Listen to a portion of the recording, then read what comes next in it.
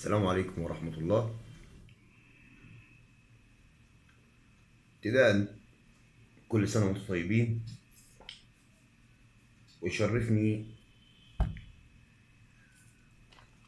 أن أحدثكم اليوم عن واقعة حدثت بالأمس، وهي صدور حكم على الأستاذ الفاضل نقيب محامين مصر أستاذ سامح عاشور من إحدى دوائر الجنح الجزئية في المقدم، بعد أن أقام أحد الزملاء دعوى عدم تنفيذ حكم قضائي.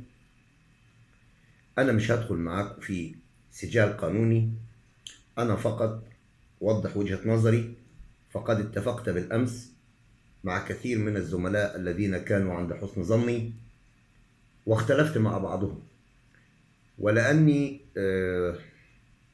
أعشق هذه المهنة وأحبها وأجلها، فأرى أن أبرر موقفي المدافع عن السيد النقيب. أستاذ النقيب سامح عاشور رمز من رموز المهنة، شئتم أم أبيتم، هذا أمر مفروغ منه. نختلف معه كثيرا، وراجعوا صفحاتي على الفيسبوك هتلاقوني أنا اختلفت مع سيادة النقيب كثير جدا في أمور نقابية. 28 سنة وأنا أمارس هذه المهنة، أجل وأحترم كل قيادات هذه المهنة، أختلف معهم نقابيا في بعض التصرفات، لكنني بموضوعية وبحيادية، ولأني غير طامع في كرسي، أو ليس لي هوى إلا مصلحة النقابة ككل جموع المحامين. لذلك تكون مواقفي دائما من داخلي دون ما إملاء من أحد، لأني لا يساوي عندي كل هذه المناصب شيء. لكن لا يمكن أن أعتمد أن نؤكل يوم أن يؤكل الثور الأبيض، أبدا أبدا. هذه التشرذم والهوائية في اتخاذ القرار، الإخوة الذين يختلفون ويؤيدون هذا الحكم على اعتبار ماذا؟ سامح عاشور فاشل؟ أنتم تكذبون. الفشل معناه عدم الاستمرار. الاستمرار هو النجاح. الاستمرار هو النجاح أيا ما كان الأمر، أيا ما كان الأمر. الاستمرار في المنصب معناه النجاح. إعادة ترشيحه من قبل المحامين هو ده النجاح. لأنه أنا كيف أحكم على العمل النقابي؟ أنا يعني أنت تكون خريج مثلا 2005 ولا 2006 وجاي النهاردة أنت بتحكم على العمل النقابي، تحكم على نقيب محامين مصر؟ كيف ذلك يعني؟ كيف ذلك؟ وبالمناسبة العمل النقابي لا علاقة له بأستاذية في المهنة، يعني قد تكون عبقري في المهنة، عبقري في المهنة، أستاذ. وأنا شخصيا عندما أقابل أحد جهابذة القانون أمثال المستشار الجليل أحمد فتحي سرور، الأستاذ الدكتور أحمد فتحي سرور، الأستاذ رجاء عطية، الأستاذ أمال عثمان، أنا بيبقى هاين علي أقبل أيديهم، أقبل أيديهم. هذه أسماء تراها في الكتب، تراها في الكتب. أما أن يصل الأمر بيك إلى إهانة الرمز، كل الدول التي سقطت كانت بسبب إهانة رموزها. كل الدول اللي سقطت كان بسبب إهانة الرمز. الرمز لا يهان، الرمز لا يهان. تدافعون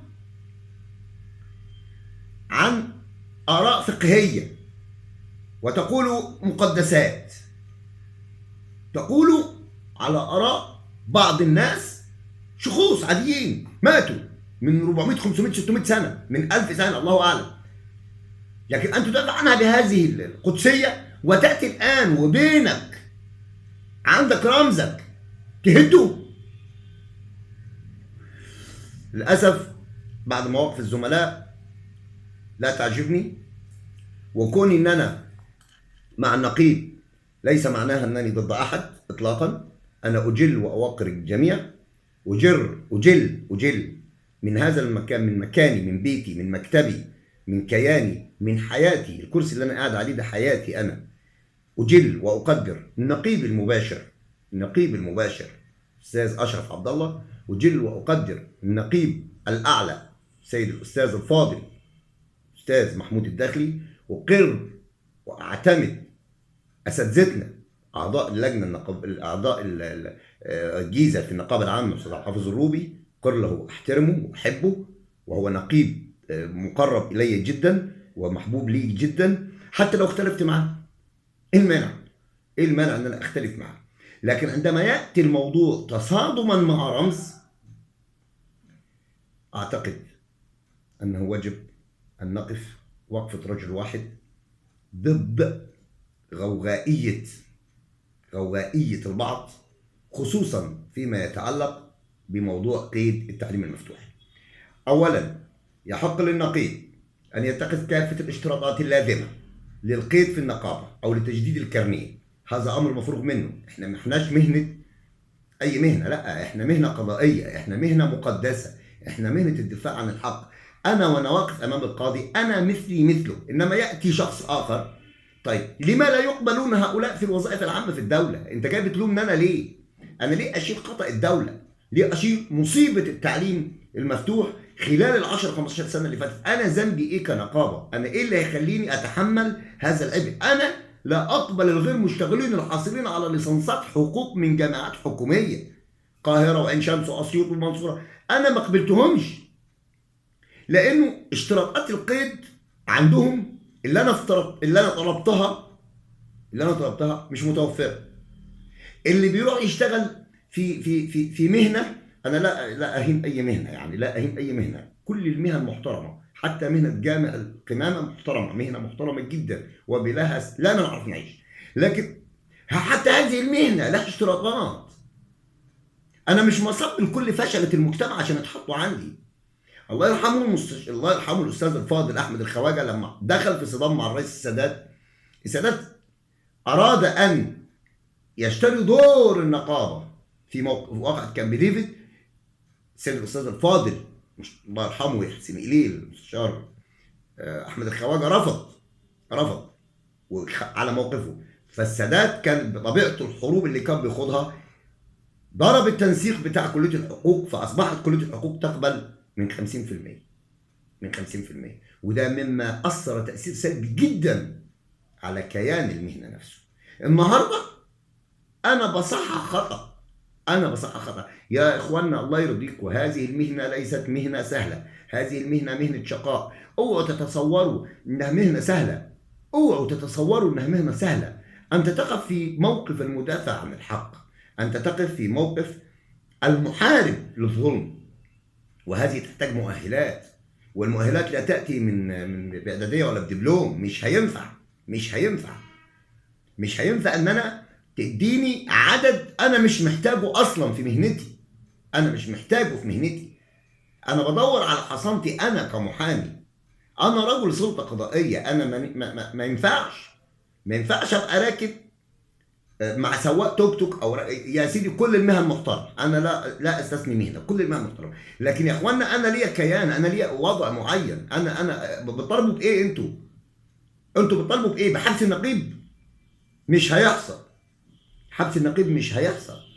والخطأ الذي ارتكبه القاضي نحن لا نلومه. أنا بالمناسبة لا ألوم القاضي، ورافع القضية أنت حر، افعل ما تشاء، لكن احذر أنت تلعب مع من؟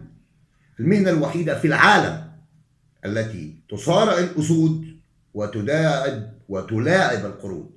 نستطيع أن نصارع الأسد ونداعب القرد، نحن نفعل ذلك. احذروا، الخطأ الذي ارتكبه القاضي خطأ بين، خطأ في تطبيق القانون، ولا تجعلونا نصل لمرحلة الصدام، لا تجعلونا نصل إلى إلى نقطة الصدام مع أي جهة في البلد. نحن قادرين بعون الله على أن نقف صفا واحدا في وجه أعتى القوى في البلد، ليس عشان شخص النقيب فقط، لكن أنتم تحاربون في أرزاقنا، أنتم تحاربوننا في أرزاقنا، ولن نقبل أن يحاربنا أحد. رسول الله صلى الله عليه وسلم عندما جاءه الأعرابي وقال له: إذا جاء ليأخذ مالك وإن قاتله، سأقاتلكم. هذه آخر رسالة لي، سأقاتلكم دفاعا ليس عن شخص سيد النقيب فقط، لكن عن كرامتي أنا شخصيا. شكرا، نلتقي بعد ذلك.